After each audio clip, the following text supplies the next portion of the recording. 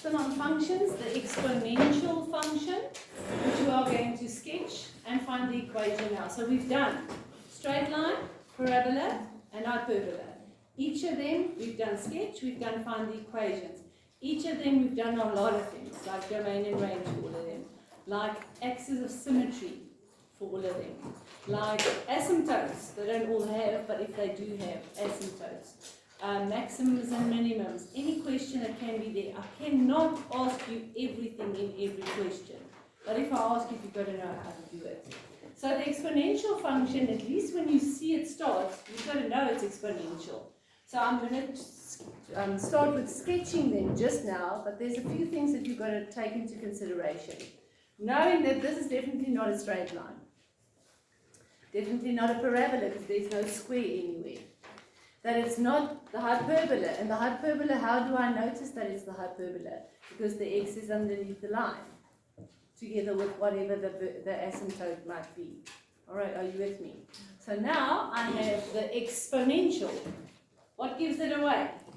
The x is in the exponent. Now the very, very easy, straightforward one would be something like just saying, sketch that for me. And that's the very, very basic, with no transformations left, right, up and down, nothing happening there. But all of the other stuff means something. So if I start off and say this is the general formula, then how many types of things can happen to it?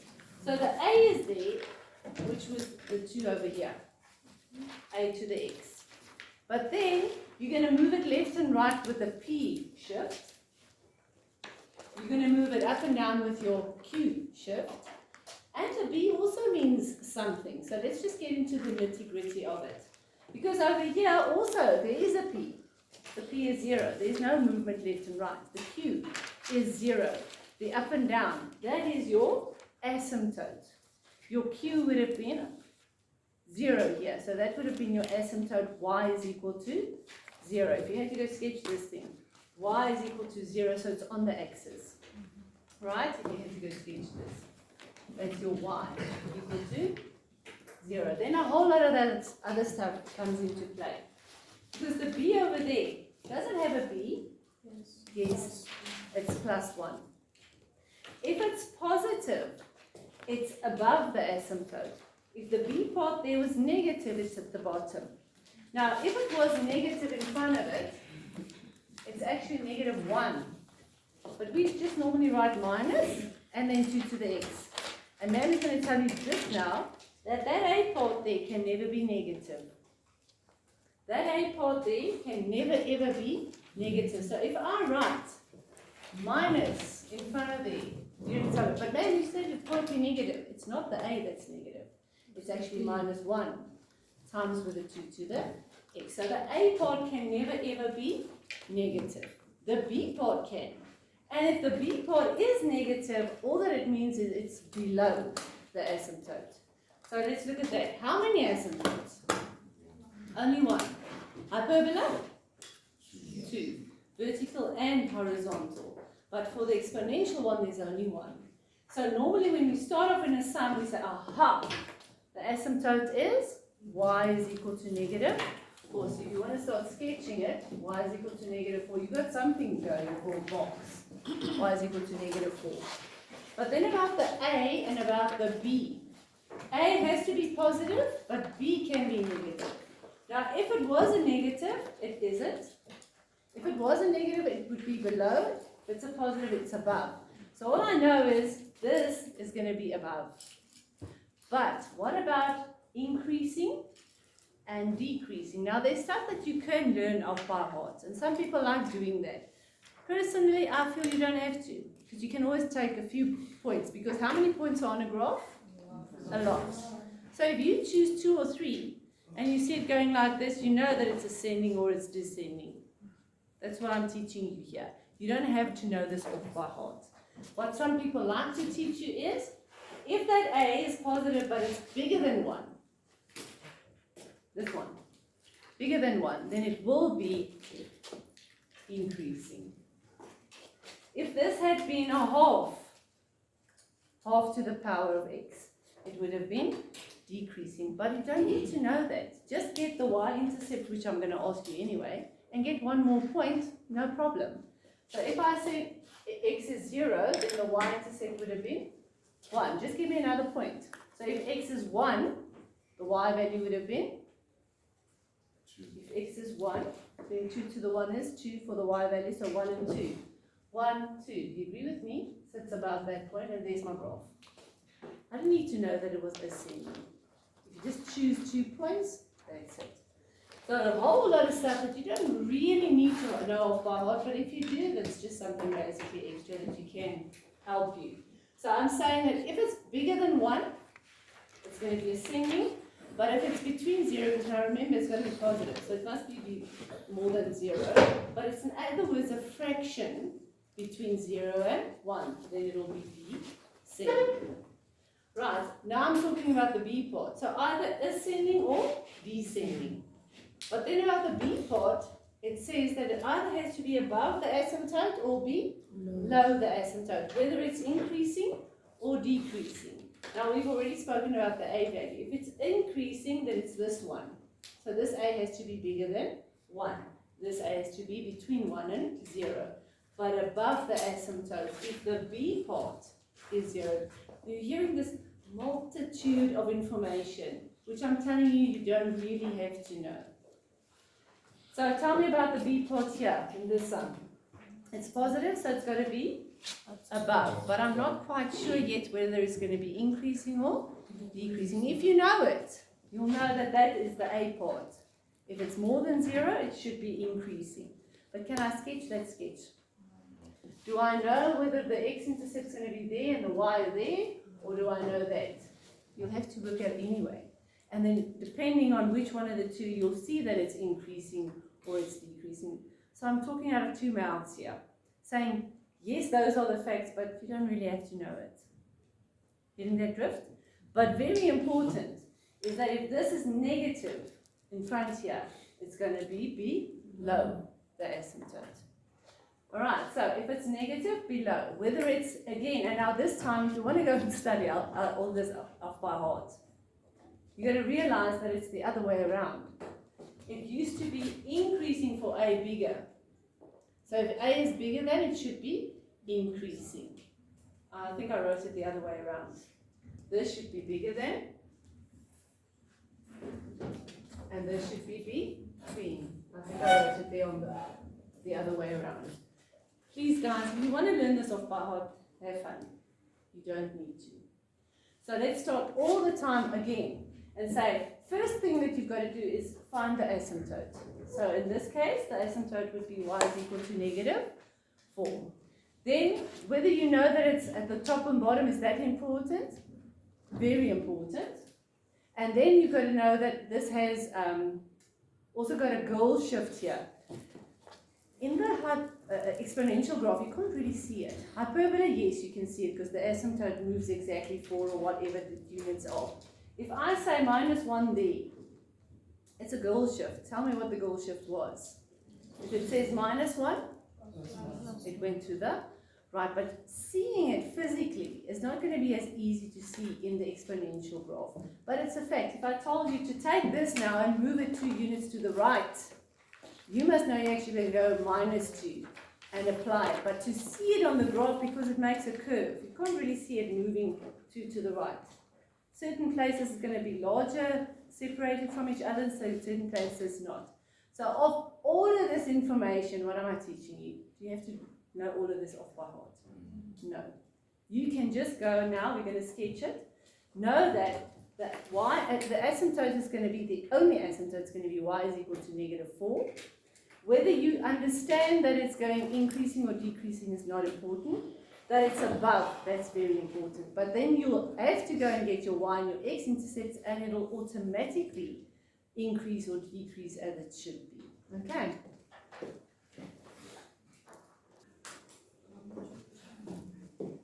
So sketching it from scratch. Let's start sketching it over here. What's the first thing Ma'am wants you to know?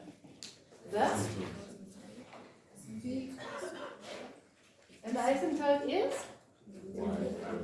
Oh, I'm so happy to hear y equal, and I'm so sad to hear -4. -4 is a number. Y equals -4 is an asymptote. Y equals to -4, that's the first thing that you're going to be sketching. And you got them all. You don't even have a sketch yet, but you've got them all. Does it come at the top of the asymptote or the bottom? Because the b part, you see it, b, a, x minus b, and the y, the q part there, is positive, so it's got to be at the top. Am I going to sketch? Because if you do what I just told you, you don't know whether it should increase or decrease. Let's pretend you don't. But whether it's increasing or decreasing, you're going to need an x and a y intercept. For the x and the y intercept, what do we do? For the y intercept, we put in our original sum. So if x is equal to 0, what happens? Punch that into your calculator. Okay? Because this is 2 to the -1, which is a half. And 2 times a half is 1. And 1 minus 4 is? -3. So I know that it cuts by negative. Yeah, I still don't know if it's ascending or descending. For that, I'm going to look for my x-intercept. I'm going to put y equal to 0. And our 0 is equal to 2 times 2 to the x minus 1 minus 4. Now this is where the work for the teachers in grade 11 comes in, because I can't let you do one of these that works out something to like that.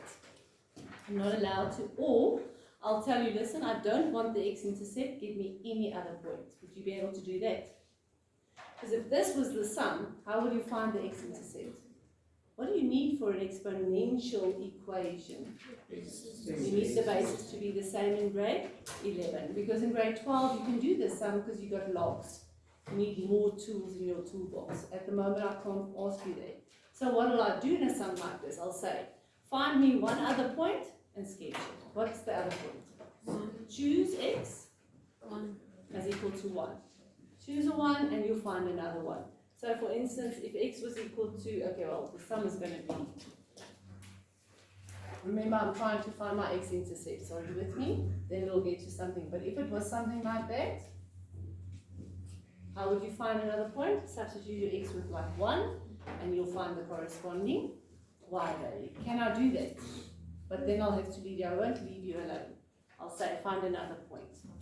So then I'll actually never have the x-intercept, and I taught you, I always want all the points. X-intercepts, y-intercepts, turning points, asymptotes, everything of importance. Unless I say it's not necessary for the x-intercept, because I know it's not going to have one that you can work out. Alright, but if it is, in this case, can you work it out? The x-intercept, what are you going to do? Take the 4 across. Divide by 2. Can I not make this the same base and add the exponents? Alternative, alternative, alternative. Are you with me? Because the bases are the same, I can keep them the same and add the exponents. That's a way. And if I don't, and I divide both sides by 2, is that okay? Divide by 2 is 1, so I'm just left with 8. Divide by 2 is 2. What now? You're making a logical deduction. 1 is equal to x minus 1 and x is equal to? Agreed? Not 0. It's going to become a plus 1. So x is equal to? Can you make a deduction? Show me how this sketch is going to look. It's going to go like that. No, because if it does that, you're going to go smack into the asymptote.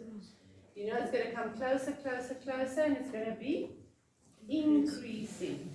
Remember that these are sketch graphs. So how big your gradient is that's climbing here, it doesn't really matter. Your sketches won't fit on top of each other because it's just an indication. Alright, but it is increasing. And depending on what I called this, if I had said that this was gx, I would have said, okay, there's mine. Is that enough information? Well, I would like to have known that that is a 2, although you've put it over here, that's fine. Done? With the sketch? Done. X-intercept, y-intercept, turning point. There's no turning point. Axis of symmetry from grade 10. Axis of symmetry. No. There isn't one. Hyperbola. 2 axes of symmetry. 2 asymptotes. With this one, 1 asymptote, no axis of symmetry. So will I ask you for the axis of symmetry? If I do, you're going to say, there is no. Because that's the answer. There is no axis of symmetry. Tell me the domain.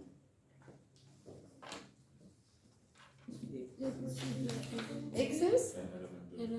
Elements of the real numbers. Because it goes from forever till forever. No restrictions. The y values, the range, it stops. It is the real numbers, but it's all the values. -4. Isn't it just bigger than 3, 4? What is it? Everything bigger than -4, but excluding, because it cannot get there. It's going to come closer and closer to the asymptote -4, but never touch. And that's it. Do you need to write element of the real numbers bigger than -4? You don't have to. If I just say bigger than -4, it means it's an element of the real numbers. You don't have to add that in there. Like we said, axis of symmetry, there is none. Right.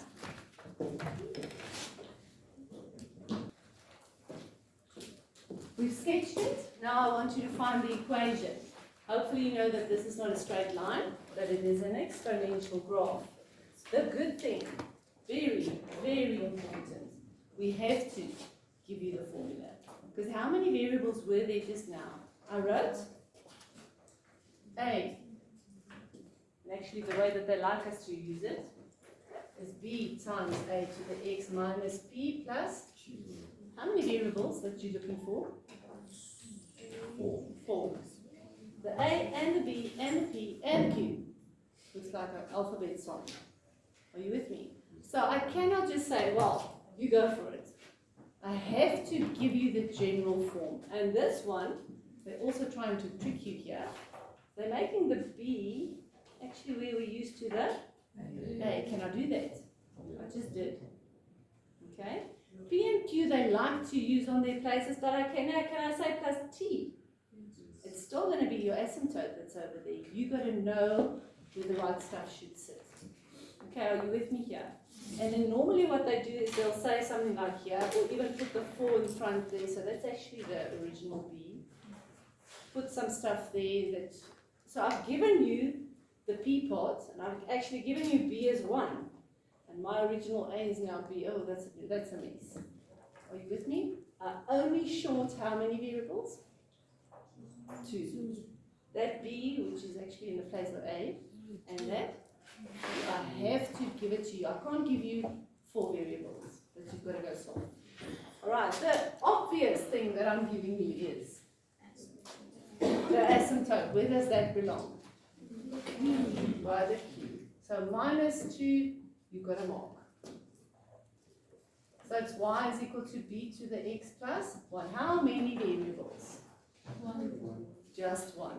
So what's the general next thing that you always do? Substitute. Okay, so if there's one variable, namely b, you substitute the only thing that I have, -3 and 2. Can I substitute the asymptote? No. In any case, not, because it doesn't go there. It's an asymptote. If I do substitute it, y is going to be substituted with 2, x is substituted with -3, and I will solve for B. How? Take the 2 over and it becomes plus 2. Can it be 0? There can be something like 0, right? And then this will be b to the power of -2. Solve for b. Ideas? Make it 1 over b squared. That's a good technique. How will I then solve it? Square root both sides, no problem. If I square root both sides, this will be plus or minus 2, 1 over b. But I need b, not 1 over b. So then b would be, because what am I doing? Technique, flipping it. If I wanted to cross multiply, is that fine? To say 2b is equal to 1 and divide the 2 again, it'll still come to a half. Guys, there's so many techniques. Alright, so if I did go from there, what was my technique? Got nothing like that over here. What's this person doing? What happened from there to there? Cross multiply. You cross multiply and then? Can I still go for square rooting? Or can I not go for, what's this technique please? Okay, I did equal to 0. It can factorize. So if I can't factorize, then you've got no option. You've got to go square root both sides. So you've got techniques that will work always, and you've got techniques that will work sometimes. So for this one, then b will be equal to a half, or b will be equal to, and you're perfectly right. But this thing is actually now in the place where a should actually always sit, and a can never be negative. So, maths is right, but according to what I'm doing here, exponential graphs, that thing there can never be negative. My equation will be y is equal to positive a half to the power of x plus 1 minus 2. That will be your equation. Always a positive. So even over here, I hate to say that, but b must be positive, therefore b must just be positive a half, so not the negative a half. Alright, all the stuff comes together. So what happened here is I actually put the b where I'm used to the a.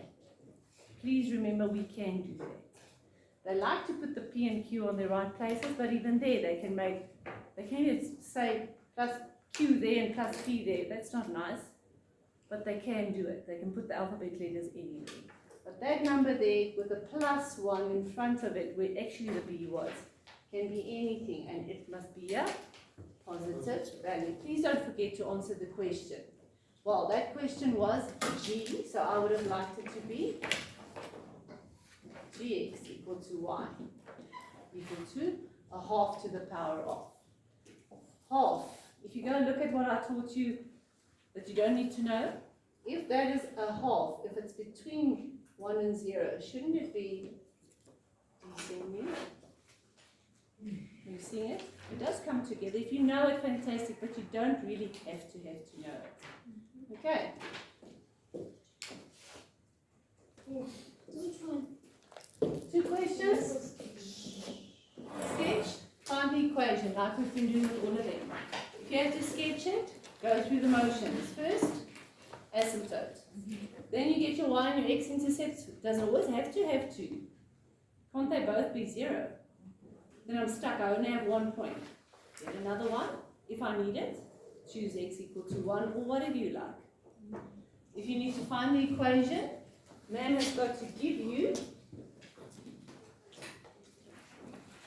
this is h.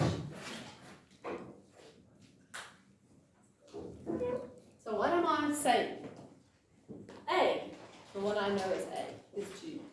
B is plus 1. B and Q are the ones I'm looking for. Which is the one I'm basically giving to you? Q is 2, so you'll substitute to get your whichever one it is. But I have to give you the formula. I can't just say, you go.